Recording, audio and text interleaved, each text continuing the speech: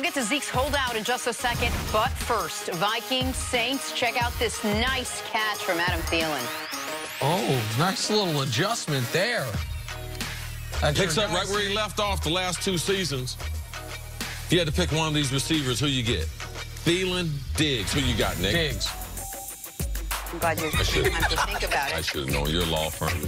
Niners and Cowboys. Deebo Samuel with a spectacular... Don't you guys have affirmative action over there? With a spectacular catch over the defender in his NFL debut.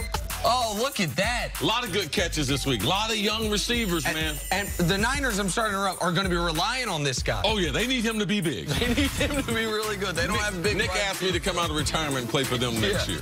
All right, to the CFL, Winnipeg Blue Bombers, Marcus Sales up he was high beat. for the INC. Quarterback underthrows it. He finally gets back in coverage and snatches it. One, give me that. Typically, defensive backs not known for their hands. But check out the vertical. That's nice timing. It's a great pick. That's a terrible pass by that quarterback. He throwing off his back foot. That's why he in the CFL. You got all that extra room in the back of the end zone, man. Lead him. Yeah, if he knew what he was doing, he'd be down here. Here we go. Wagner football practice. Wideout Joshua DeCamry with a remarkable one-handed catch. Go ahead, Wagner. Nice. That's fantastic. That was nice. That was spectacular there. Backhanded it one hand on his head. I like it. That's our practice catch of the offseason so far. All right, to the Cowboys now. With Ezekiel Elliott still holding out and no end in sight to the stalled negotiations, Dallas has started to look at life beyond Zeke. But how do you replace the productivity of arguably the best back in the league? How about rookie 4th-round pick out of Memphis, Tony Pollard? Sure, he had just 16 yards on 4 carries in his debut on Saturday, but that doesn't have Jerry Jones the least bit concerned. He looks confident out there. We know he's inordinately understanding what it is he does and can do. And we've seen him do it. We know he's capable of, if he really needs to, carry the whole load. All right, CC, is Jerry Jones sending a message to Zeke? All right, we got Alfred Morris, we got Tony Pollard, we got Mike Weber. We're good. We don't need you. Is this a message from Jerry Jones? Well, he sent a message earlier. That's why Zeke went off to Mexico. When he told him, no, I can't afford to pay you that. And Zeke, the contract offer that the Cowboys offered him, they were so embarrassed with, they haven't even come back with the counter offer. So I think that there has been a message sent. I don't think having these press conferences daily is trying to send a message to Zeke. I think it's more trying to encourage the other players the way Jerry has done. If I'm a player and I've replaced one of their star players, and then now Jerry is not addressing me out there, because the staff has said he's had an outstanding camp, but he's not Ezekiel Elliott. But as a running back, you have to be careful, because they find running backs anywhere. Undrafted, drafted low, high drafted, but they're more likely you can be replaced, your productivity, some of it, by anybody at running back, more so than any other position. The reason why is running back skills, they're natural, they're God-given, their vision, their ability to cut, read the holes. And there's not too much difference in the running plays from high school, college, to the pros. So if a kid has vision, a kid can explode, a kid hasn't been discovered, in the NFL, they have found a niche of being able to find these running backs by, I don't know how they find them, but they get running backs from colleges you wouldn't expect to produce running backs. So can a running back be replaced?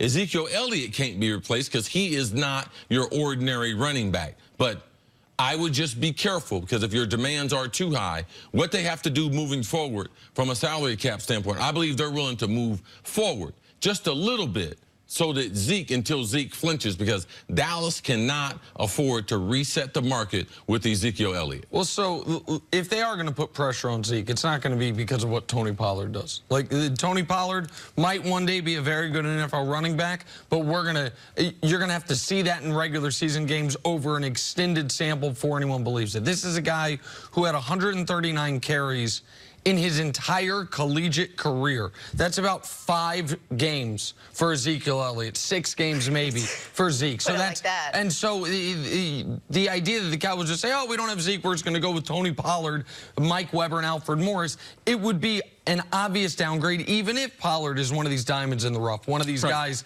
that you find you're like, wait, from the University of Memphis, this is what he did. For the Cowboys and Zeke, though, here's the conflict. Because Chris is absolutely right that you can find league average or slightly above average running backs almost anywhere. So you are paying for the difference between 75% of the production Zeke gives you and 100%.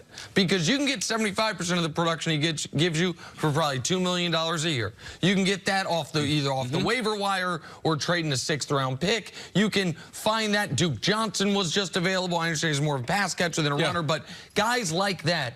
So how much is that special part worth? Because while the running backs that are league average, you can find them anywhere, there's only a handful. There might be fewer great running backs than almost any other position. You just mentioned Adam Thielen. He's an outstanding wide receiver, but there's probably 7 or 8 guys better than him. We talk about pass rushers. DeMarcus Lawrence just got paid top of the market money. You could probably Khalil Mack, Aaron Donald, J.J. Watt. You go down the list. So there might be 7 or 8 pass rushers better than him.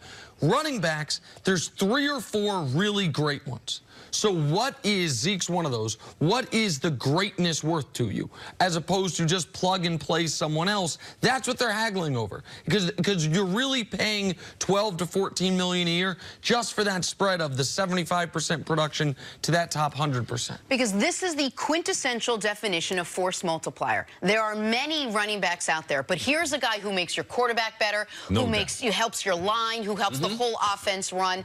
That's when Eric Mangini comes on and talks about a guy who actually makes the whole team better, everyone around him. Is that the case, that Ezekiel Elliott is one of those guys? He really is. I mean, you put him in a very special category. I like the way you explained it, because we have devalued running backs over the course of NFL history. But as you can see, if you are special, if you are Le'Veon Bell, yes, you will make the offensive line better. You will make the wide receivers better. If you're Todd Gurley and you're healthy, yes. But those are the only handful of backs that we do have. Nick makes a great point. If you look at the other positions, man, you go to wide receiver, there is a bunch of them. If you look at defensive ends, there's a bunch of them. Cornerbacks, there's not as many. Not as many. There's not as many, and that's the reason why the price. It's hard to drive up the price, because you don't have guys being drafted and then their contracts are escalating you so that you can get that high asking price that they're looking for. And with corners, it's hard to find just the league average one.